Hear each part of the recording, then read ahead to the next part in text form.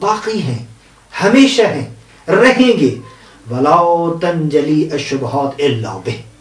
ہاں اگر شبہات کا جواب دینا چاہتے ہو تو آؤ قرآن کے سائے میں. شبہات قرآن کے سائے میں روشن اور واضح ہوتے ہیں، یعنی حق اور حقیقت کھل کر سامنے آ جاتی ہے اگر قرآن اور اہل قرآن کی طرف رجوع کیا تم نے. 12 نمبر پر امیر المومنین کا ایک فرمان آپ کی خدمت میں عرض کر رہا ہوں.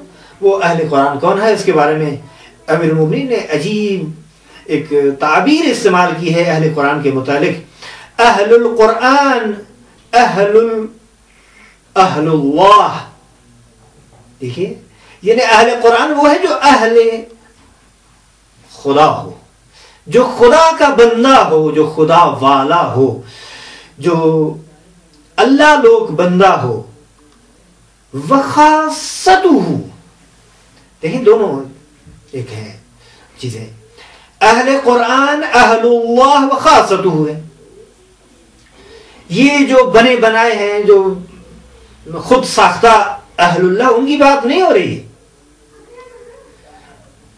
جو صحیح سے کپڑے بھی نہیں پہنتے، ایسے گھومتے رہتے ہیں اور لوگ کہتے ہیں کہ یہ خدا والا ہے یا اللہ لوگ ہے، یہ فلاں ہے. نہیں، ان کے بارے میں یہ نہیں ہے.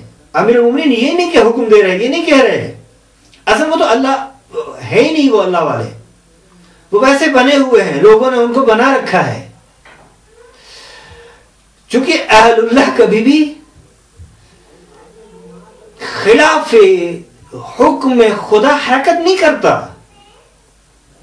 اور یہ جو عقل سے عاری ہوتے ہیں، جو صحیح لباس نہیں پہنتے اور ہر چیز ان کی عریان ہوتی ہے، لوگ اس کو دیکھ کر کہتے ہیں کہ یہ اللہ لوگ بندہ ہے. نہیں، یہ دھوکہ ہے، یہ فراڈ ہے. اسے اللہ لوگ نہ سمجھو، یہ اللہ والا نہیں ہے.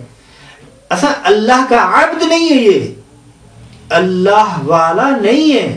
وخاصتہ، اور خاص سے خدا، یعنی خواص سے خدا، خاصان خاص سے خدا ہی در واقع اہل قرآن ہے. اب آئیے ذرا امیر المومنین کے فرمان کو دوسرے لفظوں میں، یعنی اہل قرآن در واقع وہی ہے حقیقت میں جس کی تفسیر میرے رسول صلی اللہ علیہ وآلہ وسلم نے حدیث ثقلین میں کی. چونکہ وہ اس کے ساتھ ہیں. اہل قرآن بھی وہی ہیں، اہل اللہ بھی وہی ہیں، خاصت خدا بھی یہی ہے، ابواب اللہ بھی وہی ہیں، اور باب مدینہ ہے، علم رسول بھی وہی ہے. خب یہ 1468 حدیث نمبر تھی غرار الحکم میں. ما آمن بما حرمہ القرآن من استحلہ. من استحلہ، جس نے اس چیز کو حلال قرار دیا جس چیز کو قرآن نے حرام قرار دیا ہے. تو معصوم امام فرماتے ہیں ما آمن، اس نے ایمان ہی نہیں، مؤمن ہی نہیں ہے.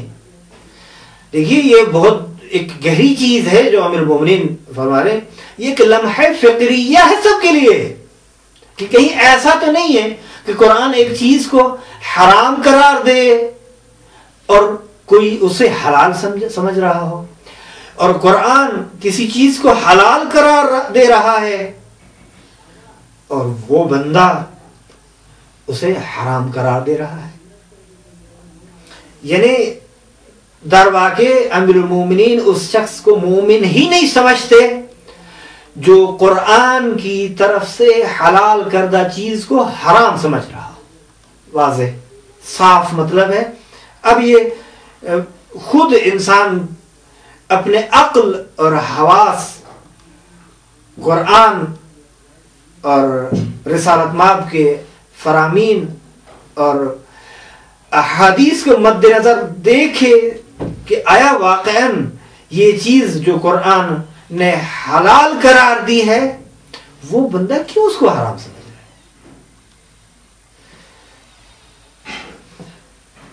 بہرحال در واقع ایک جو شبہ تھا وہ نکاح موقت کے بارے میں تھا.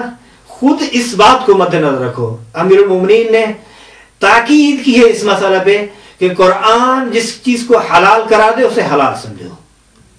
نہج البلاغہ میں، غیر نہج البلاغہ میں، غرر الحکم میں، عیون الحکم والمواعظ میں اور دوسری بہت ساری کتابوں میں یہ امیر المومنین کی تاکید ہے اس بات پر کہ جس چیز کو قرآن حلال قرار دے رہا ہے اسے حلال سمجھو، جسے حرام قرار دیا. اگر کوئی شخص اللہ کی جانب سے حلال کردہ چیز کو حرام سمجھے تو امیر المومنین کہتے ہیں وہ مومن ہی نہیں ہے. تو نکاح موقت کے بارے میں جو ایک اعتراض اور شبہ کیا جاتا ہے وہ اس سے حل ہے. اور آخری امیر المومنین کا ارشاد گرامی جو آپ کی خدمت میں عرض کرنا چاہتا ہوں وہ یہ کہ امیر المومنین علی بن ابی طالب علیہ السلام فرماتے ہیں کفاؤ بالقرآن داعیا، عظمت قرآن کے لیے اتنا ہی کافی ہے کہ وہ راہ راست کی جانب ہدایت کرنے والا. یعنی قرآن ایسی کتاب ہے جو ہدایت کی طرف، حق اور حقیقت کی طرف، صداقت کی طرف ہدایت اور رہنمائی کر رہی ہے. اسی لیے قرآن کریم کی ابتدائی آیت میں آپ دیکھیں سورہ بقرہ کی ابتدائی آیت میں بسم اللہ الرحمن الرحیم الف لام میم ذالک الکتاب لا ریب فیہ ھدی للمتقین. دیکھیے قرآن سب کے لیے ہدایت ہے، اصلا عالم انسانیت کے لیے ہدایت ہے. قرآن کا کام ہی ہدایت ہے، موضوع قرآن ہدایت ہے. لیکن بعض قرآن کی ہدایت سے مستفید ہوتے ہیں، بعض مستفید نہیں ہوتے. لہذا اس آیت میں یہ کہا گیا کہ ھدی للمتقین، قرآن ہدایت کی کتاب ہے متقین کے لیے. کیونکہ بہت ساری آیات میں یہ ہے ھدی للناس، قرآن تمام انسانوں کے لیے ہدایت کی کتاب ہے. وہاں کہہ رہا ہے قرآن کریم کہ تمام انسانوں کے لیے ہدایت کی کتاب ہے. یہاں یہ قرآن کا فرمان ہے کہ متقین کے لیے. تو اس سے یہ نہیں ہے کہ قرآن میں تعارض ہو، قرآن میں ٹکراؤ ہو، قرآن میں تضاد ہو، نہیں. قرآن یہ اس آیت میں یہ بیان کرنا چاہ رہا ہے کہ قرآن ہدایت تو سب کو کرتا ہے، لیکن قرآن کی ہدایت کو قبول کرنے والے صرف اور صرف متقی ہیں. اور متقین کی صفات بھی بیان کی ہیں خود قرآن نے، کون کون سی صفات ہیں. اور ایک امیر المومنین علی بن ابی طالب علیہ السلام نے بھی نہج البلاغہ میں متقین کی صفات کو تفصیل سے بیان کیا ہے. یہ مختصر فرامین امیر المومنین علی بن ابی طالب علیہ السلام کے تھے جو عظمت قرآن کریم کی یہ کافی تھے. اور آپ نے ملاحظہ کیا کہ بہت زیادہ تاکید کی ہے امیر المومنین نے اسی قرآن کی طرف رجوع کرنے کی، اسی قرآن کی تلاوت کرنے کی، اسی قرآن کو پڑھنے کی، اسی قرآن میں تدبر کرنے کی، اسی قرآن میں تفکر کرنے کی، اسی قرآن میں تفقہ کرنے کی، اسی قرآن کے سامنے تسلیم ہونے کی، اسی قرآن کے حلال کو حلال سمجھنا اور حرام کو حرام سمجھنے کی تاکید کی ہے امیر المومنین نے. بہرحال تمام ان چیزوں کے باوجود یہ کہنا کہ شیعوں کا تو کوئی قرآن ہی نہیں ہے، شیعوں کا تو کسی پہ اعتماد ہی نہیں ہے، شیعہ کسی قرآن کو مانتے ہی نہیں ہیں، شیعوں کا یہ قرآن نہیں ہے، یہ سب بے بنیاد چیز ہے. حقیقت حال یہی ہے کہ امیر المومنین کے یہ تمام فرامین اس بات کا کھلم کھلا ایسا جواب ہے جس کے لیے کوئی بھی منصف شخص منکر نہیں ہو سکتا. اور یہ ایسا جواب ہے امیر المومنین کی طرف سے، یعنی فرمائشات امیر المومنین میں ہر اس شخص کے لیے وہ جواب ہے جو شخص قرآن کو اللہ کی کتاب سمجھتا ہے اور یہ تہمت لگاتا ہے دوسروں پر. لہذا امیر المومنین علی بن ابی طالب علیہ السلام کی ان تمام فرامین کی روشنی میں ہمارا نظریہ قرآن کے بارے میں واضح ہو جاتا ہے کہ ہم قرآن کو کیا مانتے ہیں، ہم قرآن کو کس طرح سمجھتے ہیں. انشاءاللہ یہ جو عدم تحریف قرآن کا مسئلہ ہے، چونکہ تھوڑا سا تفصیلی مسئلہ ہے، میں اس کے بارے میں کل کے درس میں، کل کے لیکچر میں گفتگو کروں گا. اور آج کیونکہ یوم شروع ہے اسی پہ اکتفا کرتے ہیں. انشاءاللہ ہم اسی مسئلے کو اگرچہ کسی حد تک واضح ہو چکا ہے امیر المومنین کے فرمائشات کی روشنی میں، لیکن جو کچھ اس کتاب میں ہے، اس کتاب سے مطالب کو چن کر لب لباب اور خلاصہ عرض کرنا میرا کام ہے، عبارت خوانی میرا کام نہیں ہے۔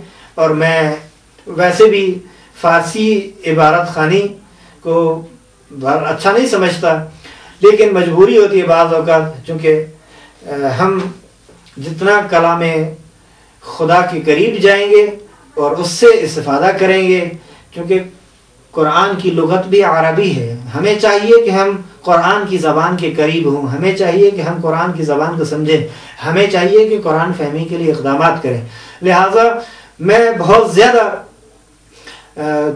اہمیت و ترجیح دیتا ہوں کہ عربی متن ہو کہ اس کو پڑھا جائے، لیکن یہ کتاب چونکہ مطالب بہت اچھے ہیں اور اسی اچھے مطالب ہونے کے لحاظ سے مختصر بھی ہے، انہی وجوہات کی بنا پر اور پلس میں شعبہ تعلیمات کے انچارج کا اصرار اور دوسرے آپ برادران کا اصرار تھا، اس وجہ سے میں نے اس کتاب کو انتخاب کیا اور آپ کے سامنے ان مطالب کو بیان کیا۔ انشاءاللہ تفصیلی گفتگو ہماری آئندہ جلسے میں ہوگی۔